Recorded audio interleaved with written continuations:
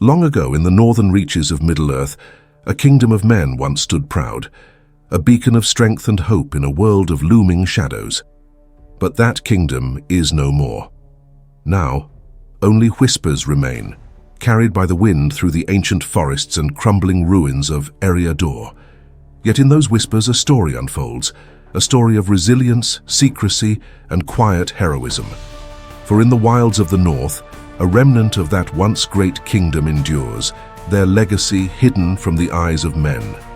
Today, we unveil the forgotten guardians of Middle-earth, the Rangers of the North, the last descendants of the kings of Arnor.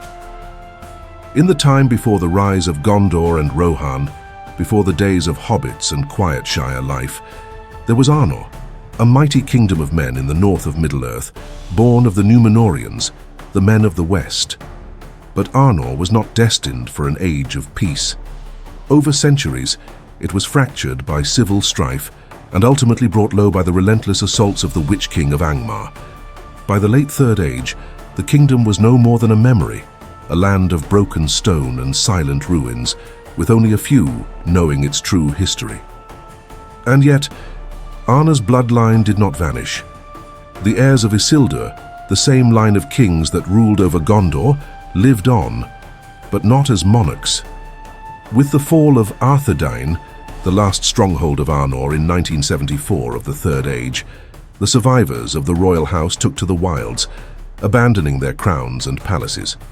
They became the Dúnedain Rangers, wandering protectors hidden from the world, sworn to defend the remnants of their homeland from the darkness that still lingered. The fall of Arnor was not simply the end of a kingdom, but the birth of a secret brotherhood, a brotherhood that would endure in the shadows long after the world had forgotten them. To understand the legacy of the Rangers of the North, we must first look at their origins, the fall of Arthedain, the final kingdom of Arnor. In 1974, the Witch King of Angmar launched a devastating campaign against Arthedain, leading to the kingdom's ultimate collapse.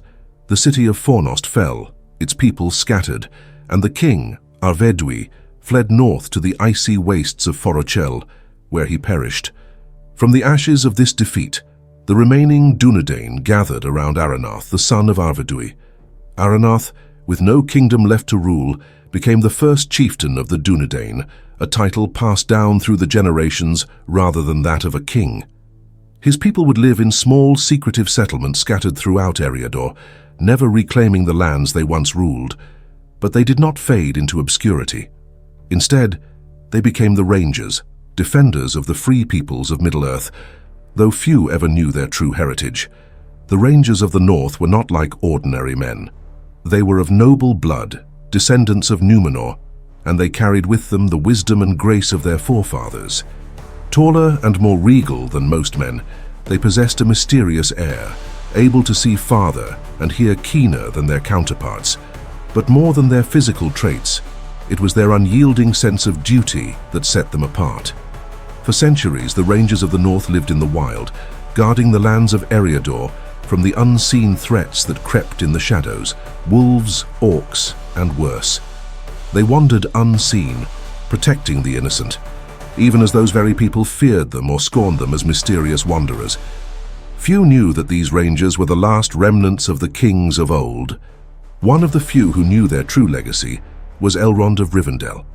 Elrond, a master of ancient knowledge and wisdom, had long held a deep connection to the line of Isildur. In Rivendell, he sheltered the heirs of the Dúnedain, raising them in secret, far from the dangers of the world. It was in the peaceful hidden valley of Rivendell that the sons of the chieftains learned of their lineage, trained in the ways of their forefathers, and prepared for the day when they would take up their rightful place as leaders of their people. Alongside these heirs, Elrond safeguarded the heirlooms of the Lost Kingdom, symbols of the greatness that once was. These relics included the shards of Narsil, the sword that once cut the ring from Sauron's hand, the scepter of Anúminas, a symbol of the lost kingship of Arnor, and the ring of Barahir, an ancient token of the friendship between men and elves. These treasures, passed down through the generations, were held in trust, waiting for the day when they might once again be wielded in the service of a king. For over 1,000 years, the Dúnedain Rangers protected the northern lands from the evils that still lurked within them. While Gondor to the south was often embroiled in wars and politics, the Rangers fought their battles in silence, often without recognition or thanks.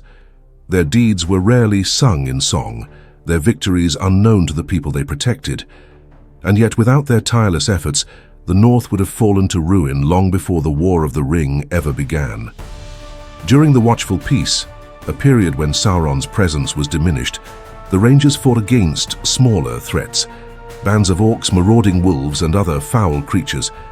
These skirmishes, though minor in comparison to the wars of the past, were vital to the safety of Eriador. One of the Rangers' most notable encounters occurred in 2747 of the Third Age, when a band of orcs from Mount Gram managed to evade their watch and invade the Shire. It was only thanks to the bravery of Bulrora Took, a hobbit no less, that the orcs were defeated at the Battle of Greenfields. The Rangers' vigilance, however, ensured that such incursions were rare, allowing the peaceful lands of the Shire and Bree to flourish in relative peace.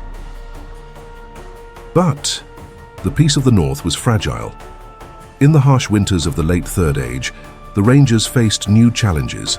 During the long winter of 2758, and again during the fell winter of 2911, they fought not only against the cold, but against invading wolves from the north.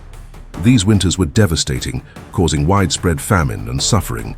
In the Shire, food ran short, and the hobbits were forced to defend themselves against the white wolves that crossed the frozen rivers. Yet the Rangers, ever vigilant, continued their watch, helping where they could, though their own resources were stretched thin. These years were hard on the Dúnedain, who were already few in number, but they endured, as they always had. The remnants of the kingdom of Arnor continued to fall into ruin during these dark years.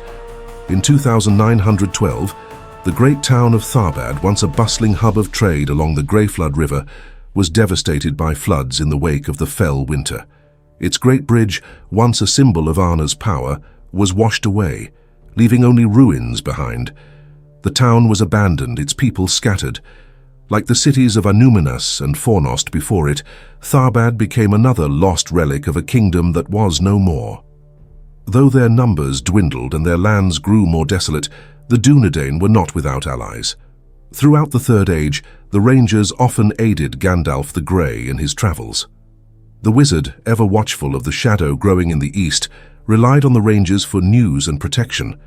They provided him with invaluable support, often guarding the borders of the Shire and other vulnerable regions. Gandalf, in turn, held the Rangers in high regard, recognizing them as the last remnant of the great men of the West. As Gandalf once said to Frodo, "Only a ranger."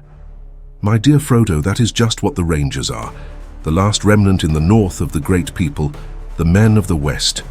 They have helped me before, and I shall need their help in the days to come. But the chieftains of the Dúnedain were not immune to the dangers of the wild. In 2930 of the Third Age, Arathorn II, father of Aragorn, became the chieftain of the Dúnedain. But his reign was tragically short.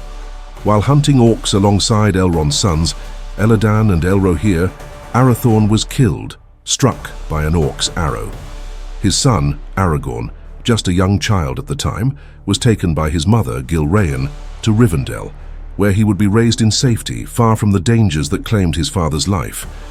Aragorn II would grow up in the hidden valley of Rivendell, unaware of his true heritage for many years. Under the guidance of Elrond, he learned the ways of the warrior, the wisdom of the elves, and the history of his people. It was not until he came of age that he was told of his true lineage, that he was the heir of Isildur, the rightful king of both Arnor and Gondor.